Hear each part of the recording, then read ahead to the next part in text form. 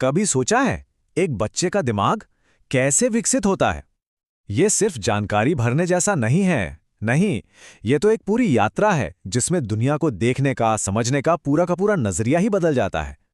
आज हम इसी कमाल की यात्रा के नक्शे को समझने वाले हैं, जिसे तैयार किया था महान मनोवैज्ञानिक जीन पियाजे ने। तो हमारी इस पड़ताल का सफर कुछ ऐसा रहेगा। सबसे पहले हम एक बच्चे के अनोखे मन की दुनिया में गोता लगाएंगे। फिर हम पियाजे के विकास के 4 मशहूर चरणों की सीढ़ियां चढ़ेंगे। संवेदी दुनिया से शुरू करके प्रतीकात्मक सोच, फिर तार्किक विचार और आखिर में अमूर्त तर्क तक। और अंत में हम देखेंगे कि आज भी पियाजे के विचारों का इतना गहरा असर क्यों है। तो चलिए इस रोमांचक सफर की पहली सीढ़ी पर कदम रखते हैं। तो आखिर कौन है इस क्रांतिकारी सिद्धांत के पीछे? ये हैं जीन पियाजे, एक ऐसे विचारक जिन्होंने बच्चों के विकास को देखने का हमारा नजरिया हमेशा के लिए बदल दिया। उनका आइडिया इतना जबरदस्त था कि आज भी मनोवैज्ञानिक और शिक्षक उसे समझने की कोशिश करते हैं। पियाजे का ये एक वाक्य ही उनकी पूरी थ्योरी का सार है। जरा सोचिए इस बात को, बच्चे कोई छोटे अधूरे वयस्क नहीं हैं। ऐसा नहीं है कि वो सिर्फ कम जानते हैं, बल्कि उनके सोचने का जो पूरा सिस्टम है वही हमसे अलग है। ये ज्ञान की मात्रा का नहीं, बल्कि सोच की क्वालिटी का फर्क है। पियाजे के हिसाब से बच्चे कोई खाली घड़े नहीं हैं जिनमें हम ज्ञान भरते चले जाएं। बिल्कुल नहीं, वे तो असल में नन्हे वैज्ञानिक हैं जो हर पल अपने आसपास की दुनिया पर एक्सपेरिमेंट्स कर रहे हैं और अपनी समझ खुद बना रहे हैं। तो ये नन्हे वैज्ञानिक अपना काम करते कैसे हैं? वे इस्तेमाल करते हैं स्कीमा का।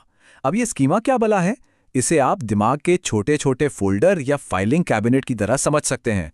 जैसे एक बच्चे के दिमाग में कुत्ते का एक फोल्डर है जिसमें जानकारी है 4 पैर, 1 पूंछ और भाव भाव की आवाज। अच्छा, अब मान लीजिए कि बच्चे ने पहली बार एक घोड़े को देखा।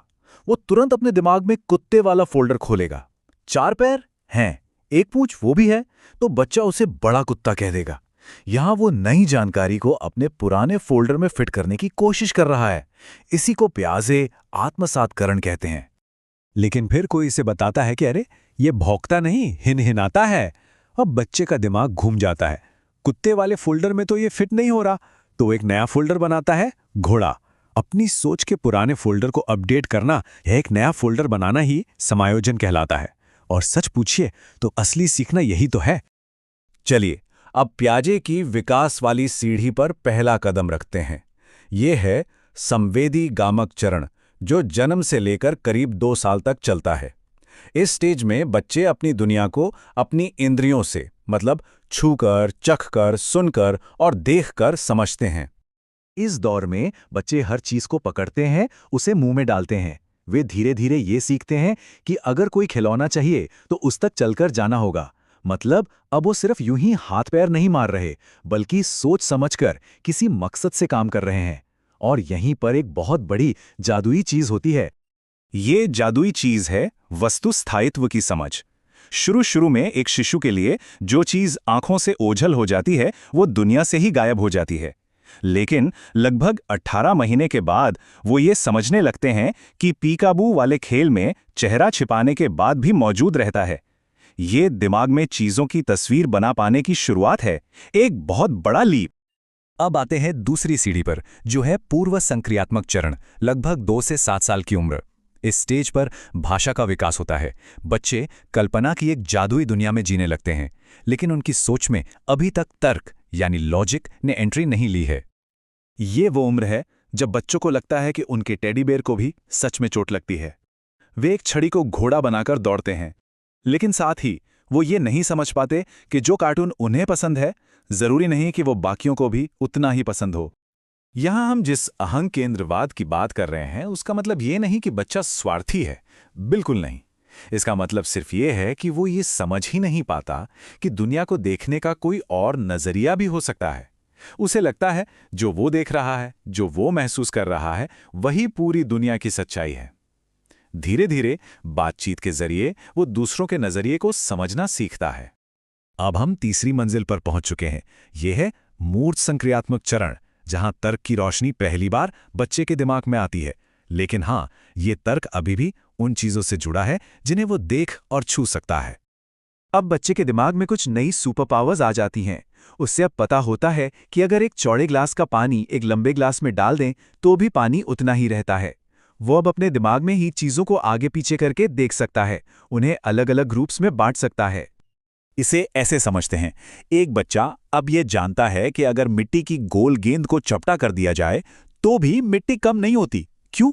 क्योंकि वो दिमाग में ही उस चपटी मिट्टी को वापस गेंद बनाने की कल्पना कर सकता है। वो अब सिर्फ आकार पर नहीं बल्कि पूरे प्रक्रिया पर ध्यान दे रहा है। यही तो असली लॉजिकल सोच है।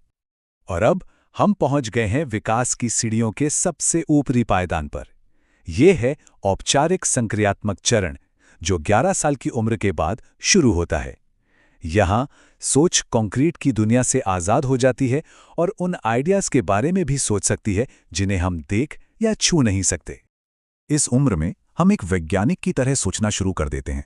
हम क्या होगा अगर जैसे काल्पनिक सवाल पूछ सकते हैं। हम न्याय, ईमानदारी, प्यार जैसी बड़ी बड़ी बातों पर बहस कर सकते हैं। हमारी सोच अब सिर्फ जो है तक सीमित नहीं रहती, बल्कि जो हो सकता है और जो होना चाहिए तक पहुंच जाती है। तो हमने विकास की ये पूरी सीढ़ी चढ़ ली है। अब एक पल रुककर जरा ऊपर से नीचे देखते हैं और समझते हैं कि इस सिद्धांत का महत्व क्या है और आज के दौर में इसे कैसे देखा जाता है। लेकिन क्या पियाजे की थ्योरी एकदम परफेक्ट है? आज के दौर में कुछ सवाल उठाए जाते हैं। कुछ रिसर्चर्स का मानना है कि पियाजे ने छोटे बच्चों की क्षमताओं को थोड़ा कम आंका था। कुछ ये भी कहते हैं कि विकास इतना सीधी सपाट सीढ़ियों जैसा नहीं होता, ये ज्यादा लचीला हो सकता है। और एक बड़ी आलोचना यह है कि पियाजे ने संस्कृति और समाज के असर पर उतना ध्यान नहीं दिया जितना शायद देना चाहिए था। पर इन आलोचनाओं का यह मतलब नहीं कि पियाजे का काम बेकार हो गया। बिल्कुल भी नहीं। उन्होंने हमें बच्चों के दिमाग को समझने के लिए एक पहला और सबसे जरूरी नक्शा दिया। आज भी चाहे एजुकेशन हो, साइकोलॉजी हो या पेरेंटिंग, हर जगह पियाजे के विचारों की गहरी छाप दिखाई देती है।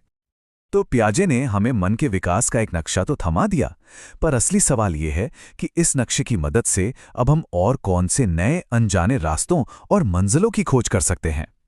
ये एक ऐसा सवाल है जो आज भी हमें सोचने पर मजबूर करता है।